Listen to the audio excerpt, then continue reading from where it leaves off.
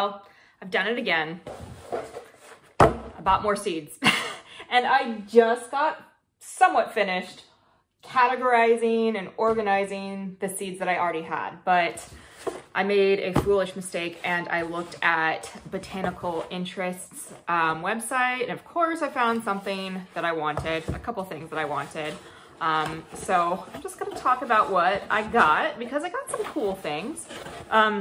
First off, I really do like how Botanical Interests packages their seeds because they come in this nice box, and I actually keep these boxes to kind of help me organize throughout the season.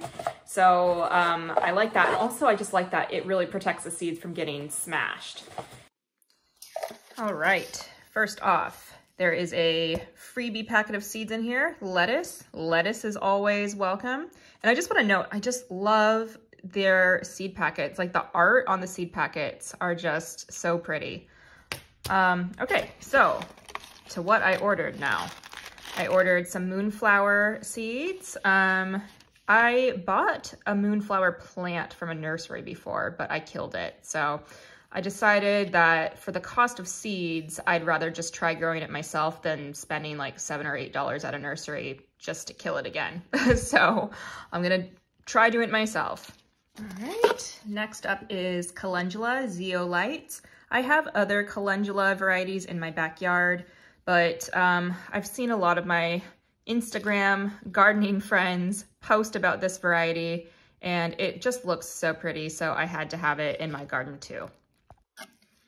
Next up is bunnytails grass, and this was the reason why I was even poking around on the website in the first place, was because I am trying to get into growing dried flowers so that I can sell them.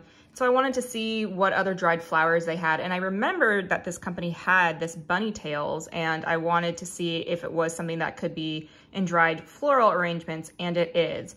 So I think it's really cool, and I think for a dried flower arrangement, it will look nice.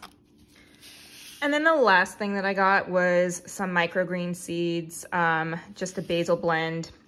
And honestly, microgreens are really just the same seeds that you would use to grow larger plants, but they just end up selling them in a larger packet with more seeds, and obviously it's gonna cost more.